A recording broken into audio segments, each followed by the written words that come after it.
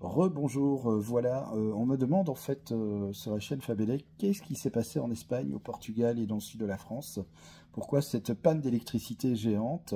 Alors, on entend un petit peu tout et n'importe quoi, même sur YouTube, hein, de la part d'autres chaînes. Bon, voilà, je ne vais pas les citer, je suis pas là pour casser du sucre sur leur dos, mais c'est vrai qu'il y a des gens qui affirment, ah c'est ça, ou alors c'est ceci, ou cela. En fait, on n'en sait rien encore. On sait que c'est un problème technique, mais on n'a pas encore déterminé, je veux dire, vraiment l'origine du problème. Donc, il y a des hypothèses.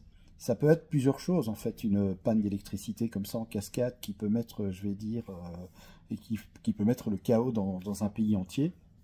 Ça peut être un problème dû au soleil, éruption solaire, qui peut provoquer des surtensions sur les lignes hautes et très haute tension, ce qui peut effectivement provoquer des pannes par surtension sur ces lignes. Ça peut être également, on a émis l'hypothèse que ce soit une cyberattaque.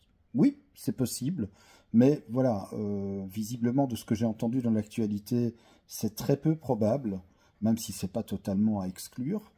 Et ce problème peut être dû aussi effectivement à la météo, au fait qu'il fait très très chaud en Espagne et au Portugal pour l'instant, et que les lignes, à cause de ces variations de température, eh bien il y a un effet de galloping qui se produit sur les conducteurs, et qui effectivement peut mettre à mal les points d'ancrage, tout ce qui est système de suspension, les isolateurs, les pylônes eux-mêmes, etc.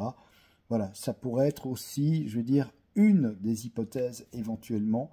Mais voilà, pour l'instant, en tout cas, on ne sait pas encore quelle est l'origine de cette panne. Je veux dire, les techniciens, ils travaillent dur comme fer pour essayer de savoir exactement ce qui s'est passé. Ce que je peux vous dire, c'est que là, aujourd'hui, en ce mardi, la quasi-totalité des régions ont été réalimentées en électricité et le problème est quasi résolu. Je sais que le Portugal, par exemple, a été réalimenté à 99-99%. Donc on peut dire que c'est quasi la totalité du pays qui est réalimenté en électricité. Maintenant, une enquête est en cours pour déterminer exactement et savoir ce qui s'est passé. Voilà, je vous embrasse. À très très vite pour une nouvelle vidéo en électricité sur la chaîne Fabelec. D'ici là, portez-vous bien et profitez bien si vous en avez l'occasion, comme je l'avais dit dans ma vidéo précédente, de ce temps estival.